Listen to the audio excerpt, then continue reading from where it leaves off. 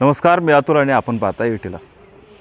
कुडाळ विधानसभा मतदारसंघ सिंधुदुर्ग जिल्ह्यातील असलेला हा मतदारसंघ कायम कोकणातील राजकारणाचा केंद्र राहिला आहे. काँग्रेस पक्षात असताना श्री नारायण राणे यांनी याच मतदारसंघातून 2009 साली शिवसेनेच्या वैभव नाईकांचा पराभव केला होता. 5 वर्षानंतर म्हणजेच 2014च्या विधानसभा निवडणुकीत पुन्हा राणे नाईक आमनेसामने आले.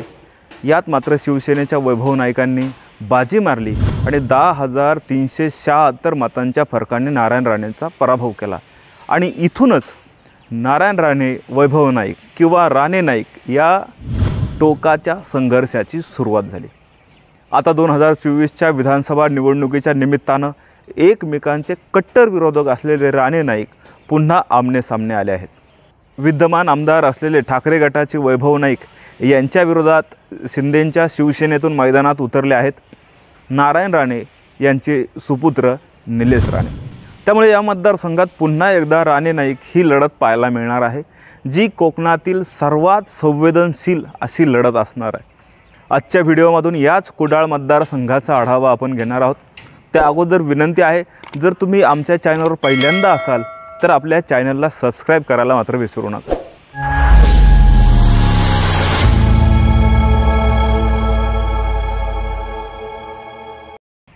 कुडाळ या मतदारसंघात सिंधुदुर्ग जिल्ह्यातील मालवण आणि कुडाळ या 2 तालुक्यांचा समावेश होतो. उद्धव ठाकरेंचे एकनिष्ठ मानले जाणारे वैभव नाईक 2014 पासून या मतदारसंघाचं प्रतिनिधित्व करतात. 2014 साली नारायण राणेंना तर 2019ला राणे पुरस्कृत अपक्ष उमेदवार रणजित देसाईंना पराभूत करून सेनेच्या वैभव नाईकांनी सलग दुसऱ्यांदा विजय मिळवला होता. वडील नारायण राणे आणि भाऊ नितेश राणे दोघेही भारतीय जनता पक्षात असताना तिकीट मिळवण्याच्या समीकरणातून अगदी निवडणुकीच्या तोंडावर निलेश राणेंनी शिंदेंच्या सेनेत प्रवेश केला. तेव्हाच कुडाळमधून निलेश राणे वैभव नाईक ही लढत होणार जवळपास निश्चित झालं होतं. कुडाळ हा विधानसभा मतदारसंघ रत्नागिरी सिंधुदुर्ग या लोकसभा मतदारसंघात मोडतो. अगदी अलीकडेच काही दिवसापूर्वी झालेल्या लोकसभा निवडणुकीत भारतीय जनता पक्षाचे नेते आणि राज्याचे माजी मुख्यमंत्री नारायण राणे यांनी ठाकरे गटाचे विद्यमान खासदार विनायक राऊत यांचा पराभव केला होता. दरम्यान याच कुडाळ मतदारसंघातून, म्हणजे ज्या कुडाळ मतदारसंघाविषयी आपण आत्ता बोलतोय, याच कुडाळ मालवण या मतदारसंघातून नारायण राणेंना 27,000पेक्षा अधिकचं लीड मिळालं होतं. म्हणजेच काहीशा प्रमाणात की होईना सध्या तरी इथे जे महायुतीला पोषक वातावरण आहे त्याचा फायदा शिंदेंच्या सेनेकडून मैदानात उतरलेल्या निलेश राणेंना होऊ शकतो. परंतु स्थानिक पत्रकारांच्या मते लोकसभेला जरी नारायण राणेंना मोठं मताधिक्य या मतदारसंघातून मिळालं असलं तरी देखील विधानसभेची गणितं फार वेगळी आहेत. त्यामुळे लोकसभेतील त्या मताधिकाचा यावेळच्या विधानसभेवर जास्त परिणाम होईल असं काही वाटत नाही. याशिवाय नारायण राणे खासदार, एक मुलगा अर्थात नितेश राणे कणकवलीतून आमदार, आता दुसऱ्या मुलाला अर्थात निलेश राणेंना शिवसेनेतून कुडाळ मालवणसाठी तिकीट, या सगळ्या घराणेशाहीबद्दल अगदी दबक्या आवाजात कुडाळ मालवण या मतदारसंघामध्ये नाराजी असल्याचं म्हटलं जातं आहे. ही नाराजी कुठेतरी वैभव नाईकांच्या फायद्याची ठरू शकते. कोकण आणि शिवसेना हे फार जुनं नातं. त्याचाच एक भाग म्हणून कुडाळ या मतदारसंघात दिवंगत बाळासाहेब ठाकरेंना मानणारा मोठा वर्ग आहे. 2.5 वर्षापूर्वी शिवसेना फुटली. शिवसेना फुटीनंतर मातोश्रीशी एकनिष्ठ असलेली आपली निष्ठा कायम ठेवत वैभव नाईकांनी पडत्या काळात उद्धव ठाकरेंसोबत राहण्याची भूमिका घेतली. त्यामुळे मतदारसंघात उद्धव ठाकरेंबद्दल जी सहानुभूती आहे ती सहानुभूती मतांमधून किती व्यक्त होते हे पाहणं फार महत्त्वाचं असणार आहे. अर्थार्थी असंही म्हणता येईल की याचा फायदा ठाकरेंचे एकनिष्ठ असलेल्या नाईकांना होऊ शकतो. याशिवाय शिवसेना फुटीनंतर वैभव नाईकांनी ठाकरेसोबत राहण्याची भूमिका घेतल्यानंतर काही जुन्या शिवसैनिकांनी शिंदे गटात काम करण्याचं ठरवलं होतं. आता मागून आलेले निलेश राणेंना तिकीट मिळाल्यामुळे शिंदेंसोबत अगोदरचे असलेले शिवसैनिक किती पोटतिरकीनं निलेश राणेंचं काम करतात त्यावरही बरंचसं गणित अवलंबून असणार आहे. या निवडणुकीत अगदी महत्त्वाचा मुद्दा असणार आहे अलीकडेच मालवणमधील छत्रपती शिवाजी महाराजांचा कोसळलेला पुतळा. अगदी अलीकडे शिवरायांचा मालवणमधील पुतळा कोसळला, त्याचे पडसाद महाराष्ट्रभर उमटले. त्यातच पुतळा कोसळण्याची युती सरकारमधील मंत्र्यांनी दिलेली एक बडकर कारणं. त्यामुळे शिवप्रेमींमध्ये काही प्रमाणात युती सरकारबद्दल जाहीर नाराजी दिसून आली. ही नाराजी मतदानातून दिसून येईल का हे पाहणं फार महत्त्वाचं असणार आहे. 2007 पासून ते आजपर्यंत वैभव नाईक शिवसेनेत आहेत. त्यामुळेच उद्धव ठाकरेंच्या प्रमुख शिलेदारांपैकी एक त्यांना म्हटलं जातं. तर अगोदर शिवसेनेत असलेले राणे कुटुंब 2005 काँग्रेसमध्ये गेलं.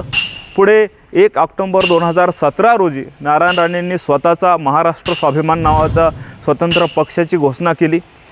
परंतु अनपेक्षित प्रतिसादामुळे 2019च्या दरम्यान पुन्हा भाजपशी जवळीक आणि आता पुन्हा नारायण राणे यांचे सुपुत्र निलेश राणे हेच भाजपाला रामराम ठोकून शिंदेंच्या सेनेत गेल्याने, त्यांनी पक्षप्रवेश केल्याने राणेंचा हा वारंवार पक्षबदल कुडाळ मालवणकरांना किती पचनी पडतो ते पाहणं फार इंटरेस्टिंग असणार.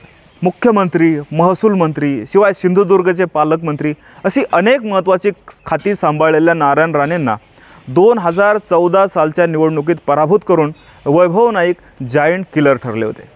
मागील 10 वर्षापासून कुडाळ मालवण या मतदारसंघात वैभव नाईकांनी आपलं चांगलं नेटवर्क वाढवलं आहे. तर एकेकाळी खासदार असलेले निलेश राणे यांना आत्ता जरी तिकीट जाहीर झालं असलं तरी देखील कमबॅक करण्याच्या हेतूने निलेश राणेंनी मागील 3 वर्षापासून कुडाळ मालवण या मतदारसंघात जनसंपर्क वाढवल्याचं बोललं जातं आहे. परंतु अचानक भाजप सोडून मुख्यमंत्री शिंदेंच्या शिवसेनेत जाऊन त्यांचं तिकीट मिळवलेल्या निलेश राणेंना जुने जे वैचारिक भारतीय जनता पार्टीशी जोडलेले जे कार्यकर्ते असतील किंवा संघपरिवाराशी निगडीत असलेले जे कार्यकर्ते असतील ते कितपत निलेश राणेंच्या बाजूने उभे राहतात ते सुद्धा राणेंच्या दृष्टीने फार महत्त्वाचं असणार. निलेश राणे आक्रमक नेते समजले जातात. गुहागरमध्ये भास्कर जाधव आणि त्यांच्यात झालेला राडा उभ्या महाराष्ट्रानं पाहिला. अगदी अलीकडचंच उदाहरण द्यायचं झालं तर मालवणमधील छत्रपती शिवाजी महाराजांचा पुतळा कोसळल्यानंतर त्या ठिकाणी गेलेल्या आदित्य ठाकरेंसमोर दिवसभर जो काही प्रकार घडला तो देखील आपण सगळ्यांनी पाहिला. म्हणजेच तोडीस तोड असलेले वैभव नाईक देखील राणे पिता पुत्रांसमोर कधीच माघारा घेताना दिसत नाहीत. महत्त्वाचं म्हणजे आपल्या मतदारसंघातील लोकांच्या समस्या सोडवण्यासाठी दोघांचाही पुढाकार तेवढाच पाहायला मिळतो. स्थानिकांचा रोजगारांचा प्रश्न असेल, मच्छीमारांचा प्रश्न असेल किंवा नैसर्गिक आपत्ती असो, वैभव नाईक आणि निलेश राणे दोघेही कायम धावून जाताना दिसतात.